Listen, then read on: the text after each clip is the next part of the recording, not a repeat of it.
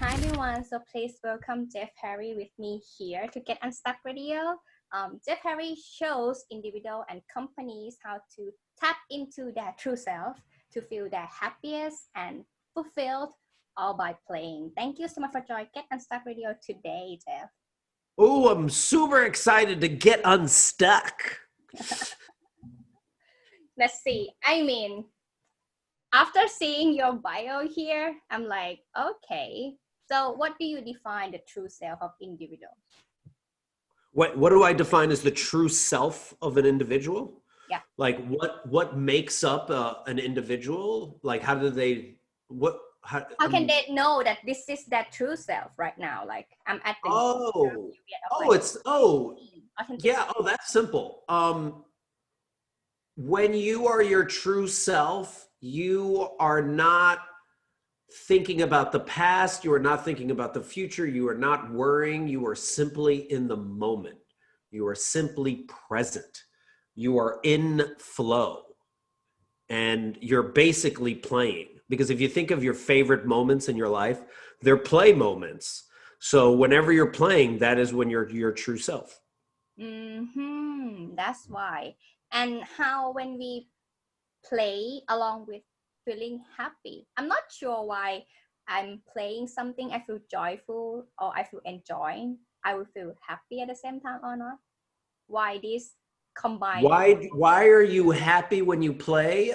Because you get a surge of oxytocin, serotonin, endorphins.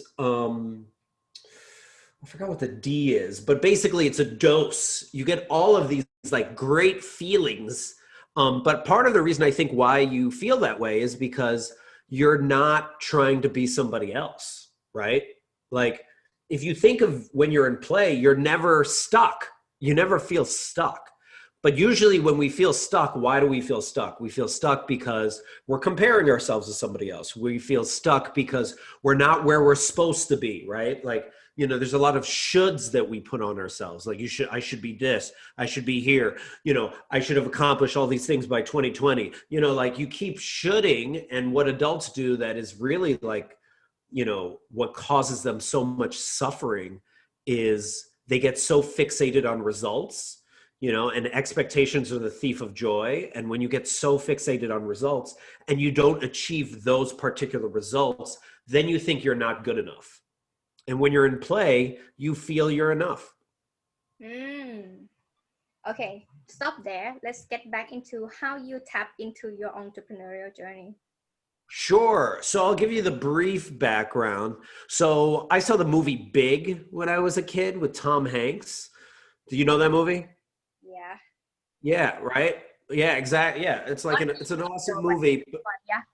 But it's all about you know, like he plays and he got a job working for a toy company, basically playing with toys for a living.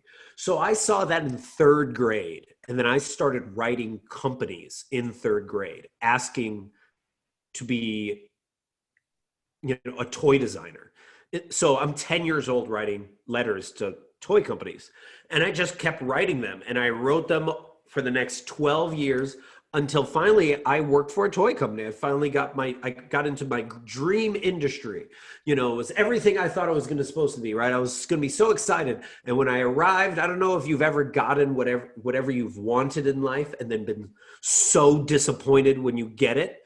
But there was no play, no fun, no adults high-fiving, no kids, no toys. Like we might as well have been selling microwaves or socks. You know, so I'm in New York and I'm like, this is just a waste, so disappointing. I leave New York, I move to the San Francisco Bay Area. I bump into an organization that's teaching kids engineering with Lego. So they're basically playing for a living. And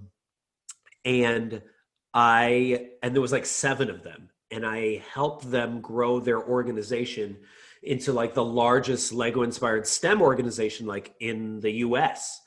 And the way we did it was just by playing. Like we just made it up as we went along. We had no idea what we were doing.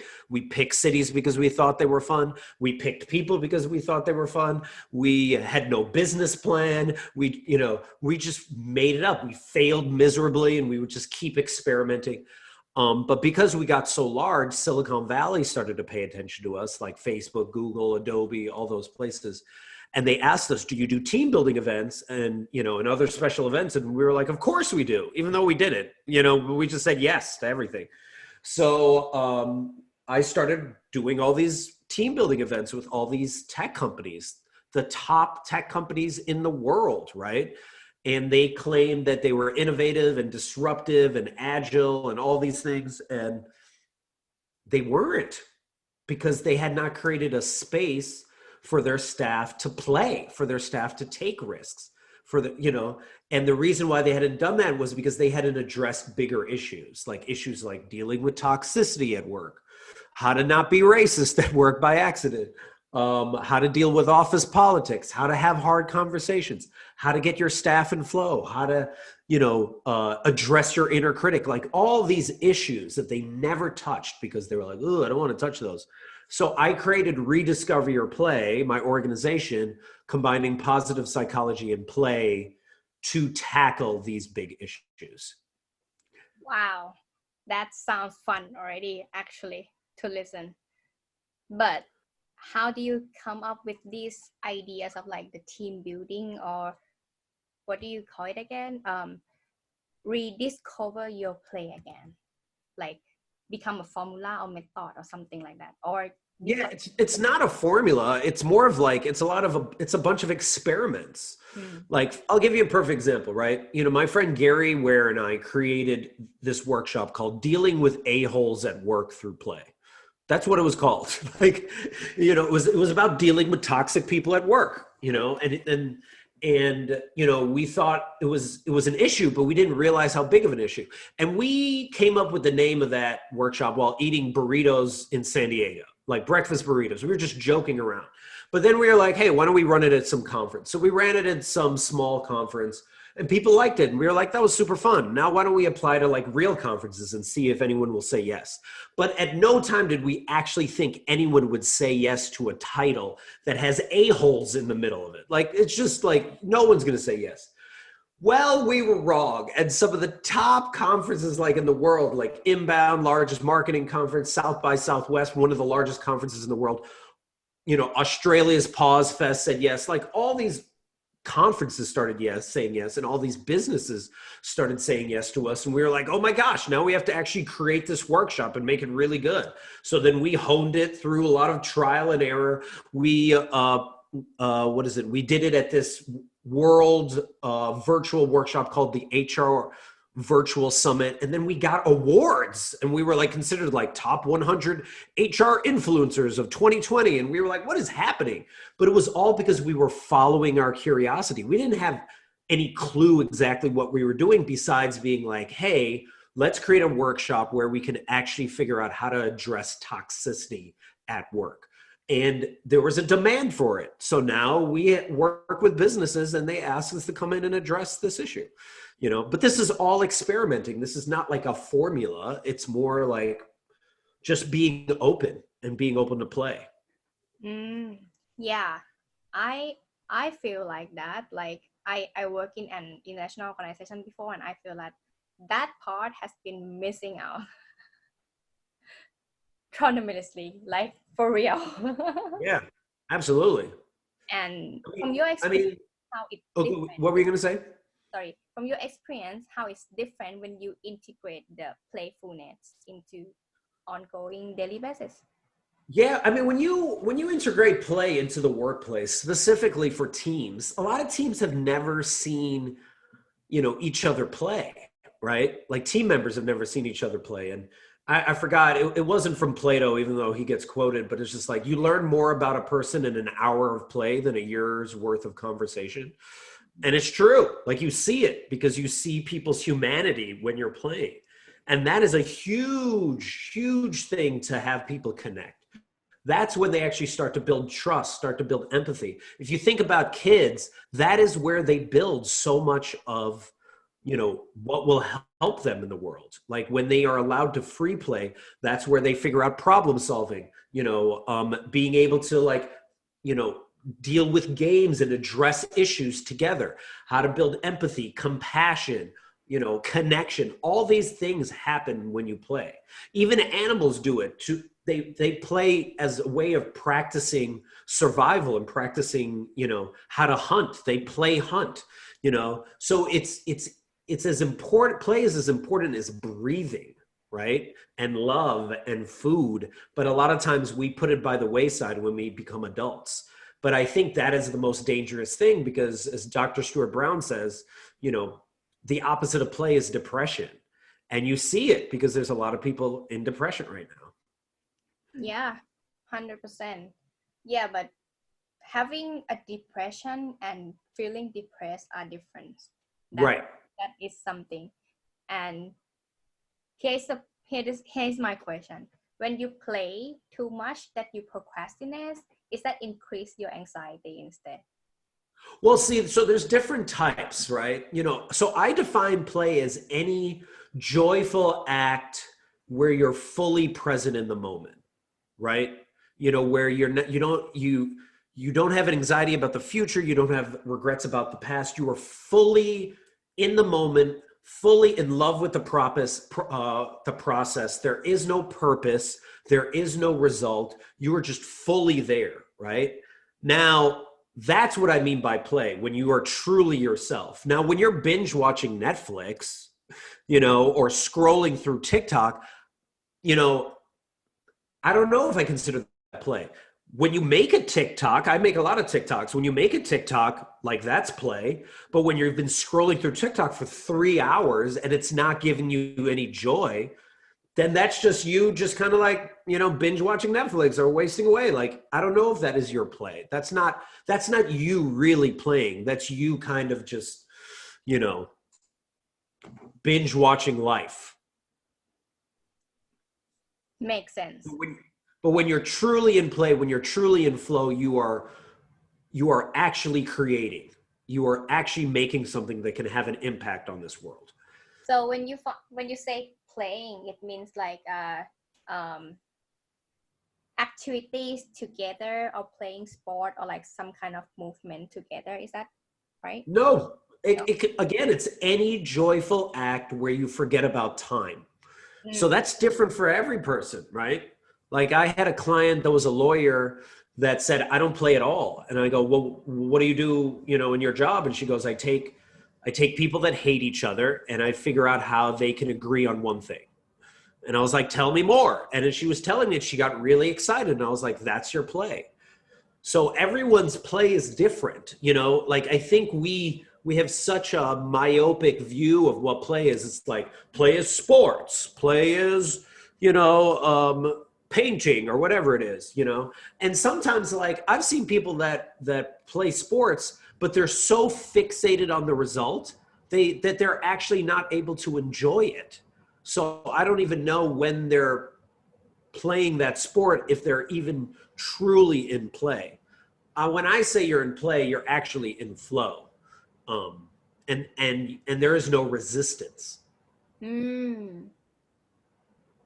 So what about within a day? Like, do they should integrate the joyful time by playing something along with the work, or it should be something that already integrated within the workflow throughout the day?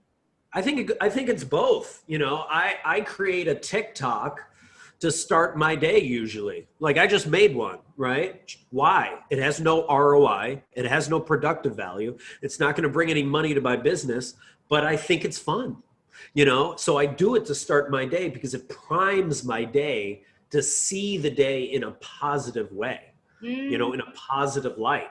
And, based off of positive psychology, like your brain is constantly looking for patterns. So when you say talk about like getting unstuck, when you have a bad day, I challenge whether you have a bad day, because what happened is you had a bad moment, and then thoughts usually last between about 9 seconds and 90 seconds. So you had a bad moment and then you ran that bad moment in your head over and over and over again. You just ruminated on that bad moment. And then you looked for other bad moments throughout the day and then you added them all up and then thus you had your bad day. On the flip side, you could ask yourself the question, I love this question from my friend Desiree of like, how can it get any better than this, right? Like like for example, I did this TikTok to begin my day. Ooh, how can it get any better than this? Now I'm talking to you on the Get Unstuck Radio podcast. Ooh, how can it get any better than this? Later on, I'm going to brainstorm like some really cool ideas with my friend Lauren. Ooh, how can it get any better than this? Then I'm hopping on this call with, one of my best friends late tonight. And we're, going to be like drinking and hanging out. How can it get any better than this? Like I'm stacking all of my positive moments and being curious about what's possible. And when you ask that question, how can it get any better than this? You can actually change your day and potentially change your life. Yeah, that just sparks some ideas. Yeah, that's great. That's a very, oh, thank you for sharing that. I would start asking myself that after I speak to you. How can I be better? Yeah, And that's you asking from not a yearning, like I need this certain thing to happen. That's where we get stuck, right? It's like I need this to happen. If you think of like a bridezilla or a groomzilla, right? Like at their wedding, they're like, it needs to happen perfectly.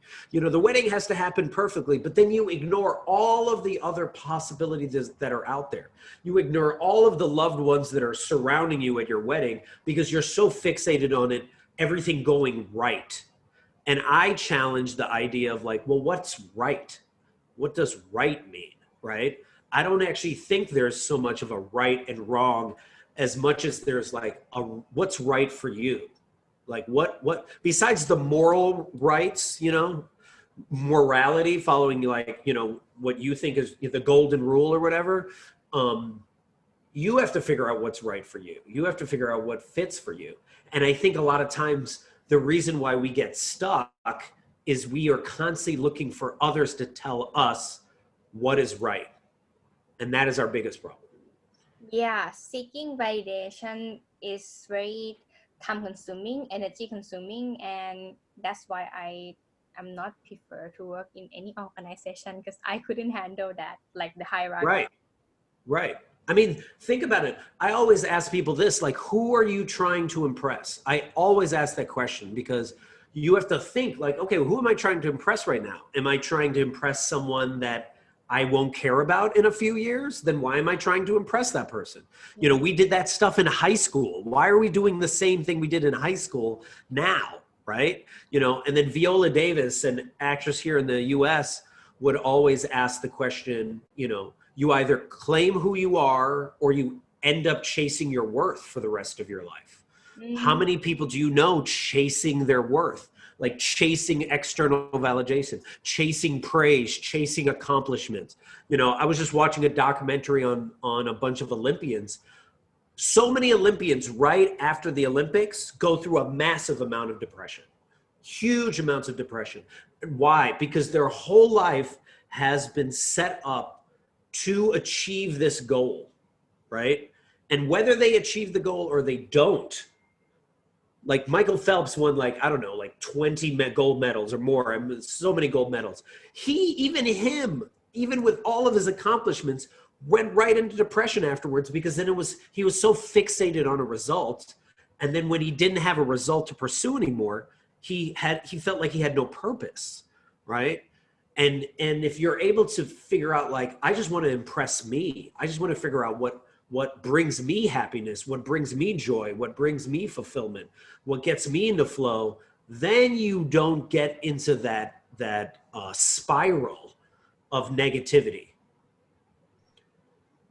Yeah, makes sense. Now I'm listening and digesting what you say, so that's why I'm keep knocking my head. So, and this is another thing. I bet you already know about the flow state, the boredom state, like those Yeah. balance thing. So I also one of the people who prefer to only work when I have the flow state of mind, so that I Okay. could increase the most productivity and my performance on Right. by that. But we are talking about joyfulness, how you balance the productivities and the joyful emotion. I think that's quite challenge to. Wait, so are you asking like how can play make you more productive? Yeah, seems like. Yeah. So here, let's talk. I mean, let's talk about that, right? So, your brain, has the prefrontal cortex. That's where your inner critic is, right? And your inner critic is main goal is to protect you from the dangers of the world, right? Just like in caveman times when it used to protect you from the tigers, you've heard that so many times, right? What happens though when your brain goes from a beta state to a flow state is you go through something called hypnofrontality, where part of your prefrontal cortex actually shuts down and your inner critic starts to dissipate, and then your implicit mind appears. You become highly more creative. You start seeing many more options in front of you. You get a shot of dopamine. Oh, that was the D. You get a shot of dopamine, right? And you become highly curious, and you start to see all of these avenues in front of you.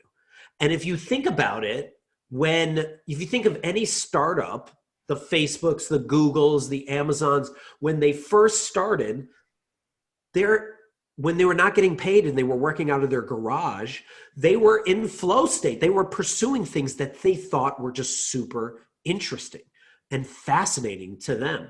There's a story of the Wright brothers. I don't know if you've heard this, the ones that invented the airplane, at least here in the US, where they're two bike mechanics. That's who they are. They were just messing around and being like, can we make a flying machine? So they were just like I forgot, it was in the Midwest, and they were just experimenting. And a lot of their neighbors were just laughing at them, being like, oh, you'll never get it to work. But they just kept seeing them being persistent. And then after a while, their neighbors were like, hey, maybe I'll help you out, and maybe you can do this and that. So the Wright brothers are doing this with, people from the community, but none of them know what they're doing, right?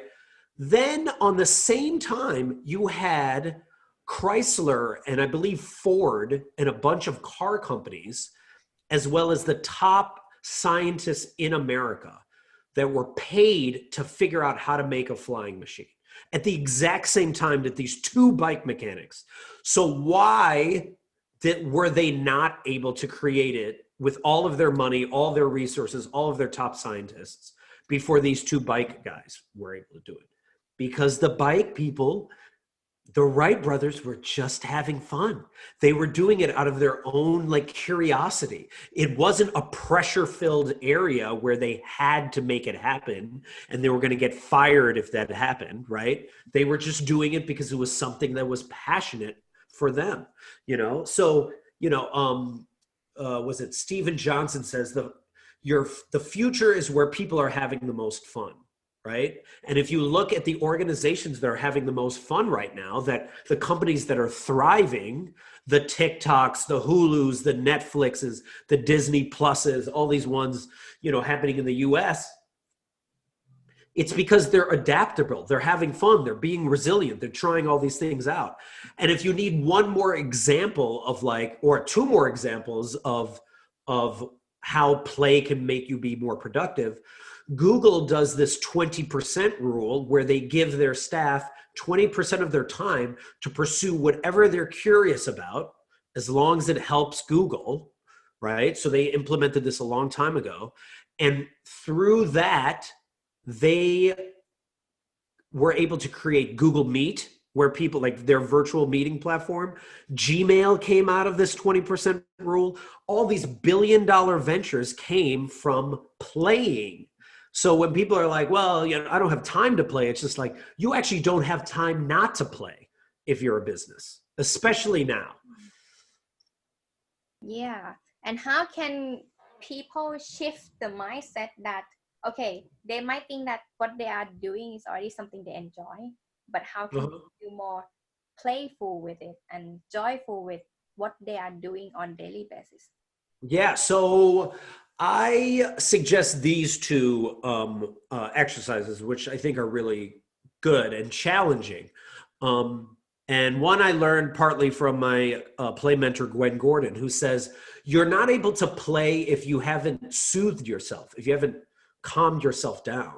And you actually adopt how you soothe yourself. You adopt your nervous system in some ways from the person that took care of you the most. So if that person didn't know how to calm themselves down, then you might also have that, right? So you first have to soothe yourself. So how do I do it? I go into the shower. Whenever I'm in the shower, I have all my ideas. So many ideas come from me when I'm in the shower because I'm calm.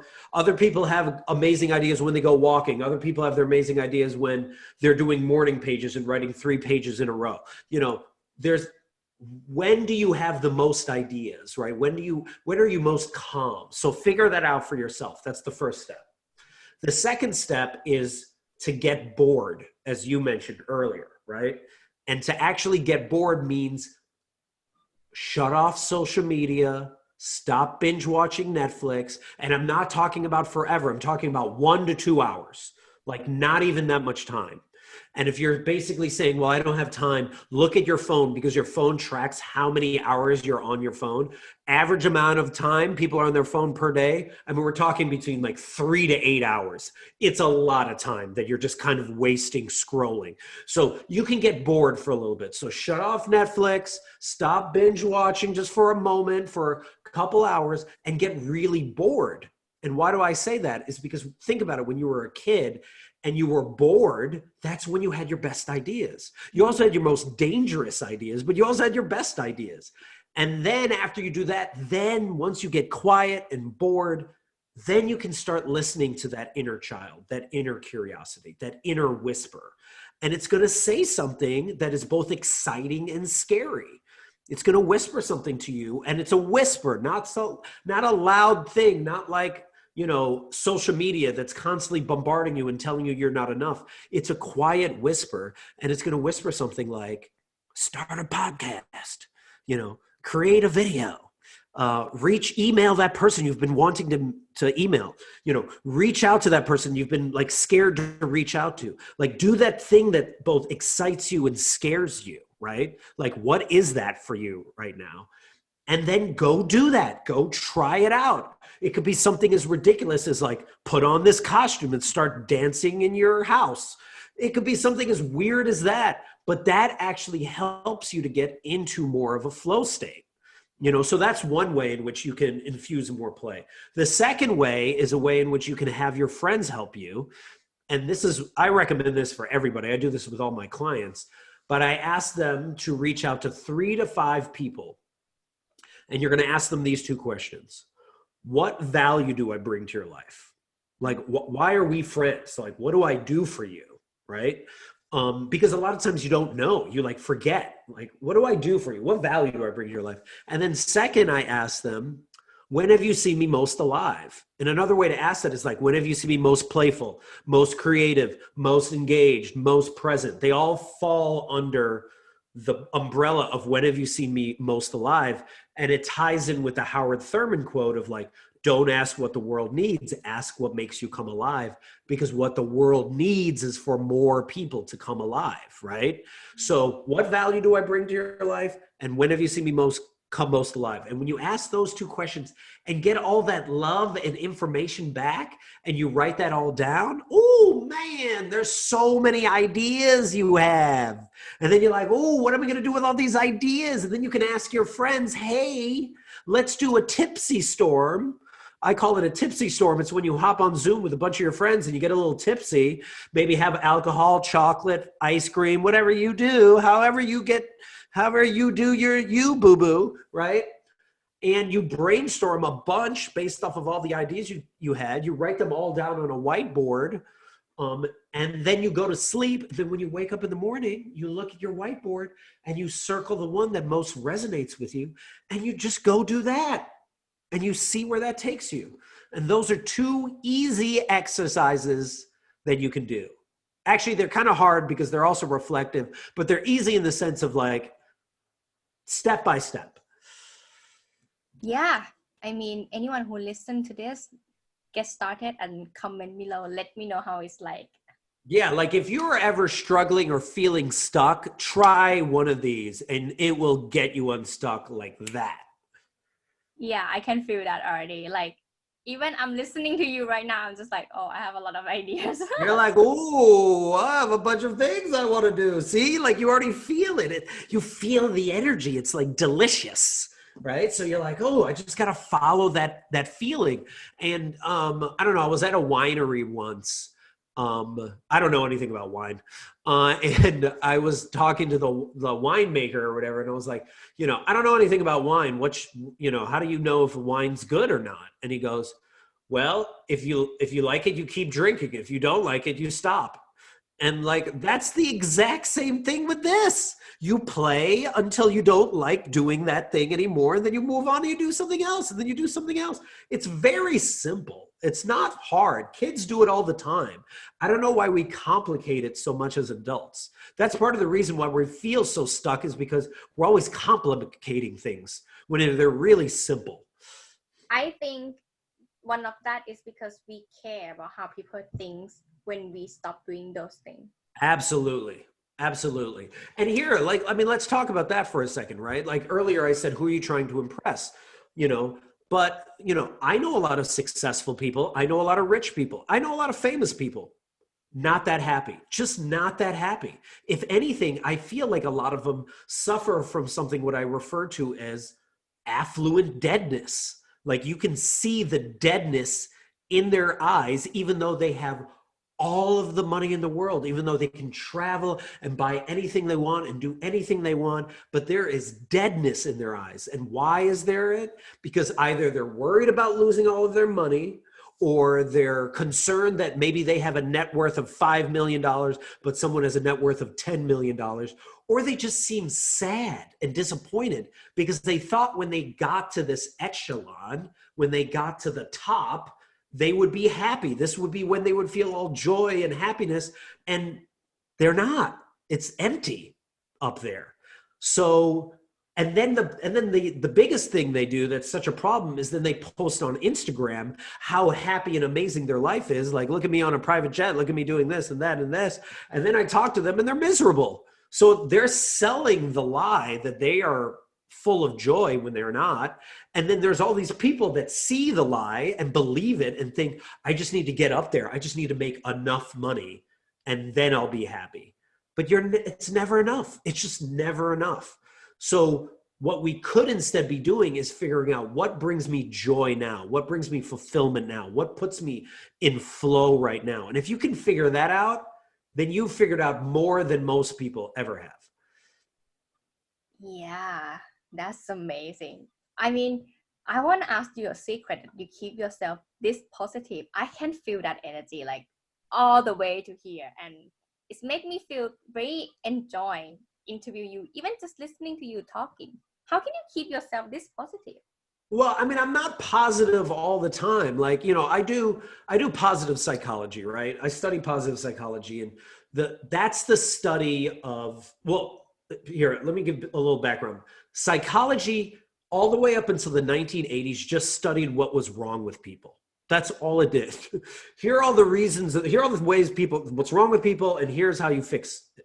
Positive psychology actually focuses on what's right with people. Like, what are people doing right? And let's double down on that. But also what positive psychology does is they teach you how to embrace multiple emotions at the same time. I can feel sadness and joy. I can feel anger and happiness. Like, you can feel a lot of different emotions. Like my dad passed away in 2015 and his brothers came, and his brothers had not seen each other in like 30 years. They hadn't seen each other since their mom died. So now I'm surrounded by all my extended family. There's always this love in the room, and I'm feeling joy and gratitude. But then I feel guilty because I'm like, I'm at my dad's funeral. Shouldn't I feel grief and sadness? But I was like, wait a minute, I can feel joy and gratitude and grief and sadness and frustration and all these emotions at the same time, as long as I just allow myself to fully feel the feeling and then let it go. And I think with a lot of adults, we try to block out those feelings, right? We'll binge watch Netflix to like numb ourselves. We'll look at social media to numb ourselves so that we don't have to feel, instead of just allowing that feeling to fully flow through you, like sadness and anger, and then you're able to actually let it go. And when you're able to do that, you're just, You're just more free. Wow, this is mind blowing. Like for real, I struggling about feeling guilty for the whole year because like many of my social circle passed away during the past year as well. It's not easy to let it go. So yeah, you just spot on. Seems like you can read my mind or something. Like wow. Right. And the thing is like, yes, you should allow yourself to mourn. I mean, let's even talk about 2020, right? You know, a lot of people had visions of what they wanted to do in 2020. And there were these grandiose visions. I'm going to double my business. I'm going to start a business. I'm going to leave my job. I'm going to get married. I'm going to do all these things. Why? Because it's 2020. Because the number 2020, they got fixated on it. And then COVID hit and you couldn't do any of those things. But the people that were able to adapt and actually thrive in 2020 were people that were willing to mourn what was not going to happen anymore and then let it go. And we even do that in our workshop, Lauren Yee and I, you know, our Future is Where Your Fun Is workshop, where we have people write down what it is that they couldn't do in 2020, mourn it, like look at it, get really sad about it, and then fold it up into a paper airplane and then let it go. And not let it go forever, but just let it go for now. Because you can't, even now, what do we have, 22 days left? You can't create anything with the last days of 2020 until you let go of your expectations of what it should have been. Yeah, this is something that people keep saying, that detached to the outcome, detached to the outcome.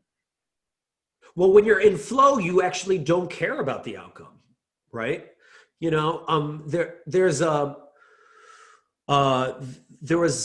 an interview done where numerous ones with people that were dying, that were on their deathbed, and they asked them what are their biggest regrets, and one of their biggest regrets was working too much. That was a huge regret.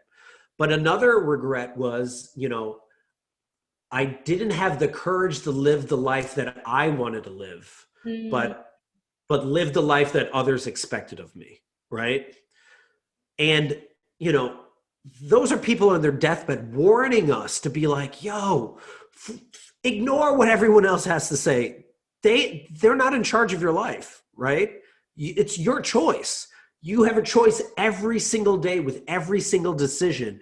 Are you going to claim who you are, or are you going to chase your worth? Like each decision, we make that choice. And trust me, I make that choice of sometimes chasing my worth or sometimes trying to impress others, you know, but as long as you are claiming who you are more than you're chasing your worth, the more you can get closer to figuring out who you are and like what makes you tick in this world. And that's why I recommend like strengthening the muscle of actually listening to your own intuition, inner child, inner curiosity, because the more you work on that the more joyful, the more fulfilled you'll be. Yeah, that's amazing.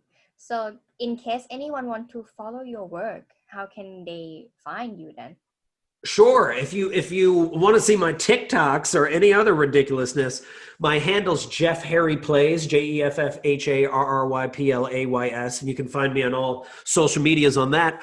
Or you can come to my website, rediscoveryourplay.com. And when you arrive to the website, click on the Let's Play button and let's have a conversation on how you can get unstuck and start kicking ass in this world. Yeah, that's fantastic. That sounds amazing. I appreciate you that contribute doing this, and yeah, anything that I can support you along the way, just let me know. Awesome. Thanks so much for having me. Hey, thank you for watching this episode. If you enjoyed the show, you can subscribe here or here. And this is the previous episode. Check it out. See you next time.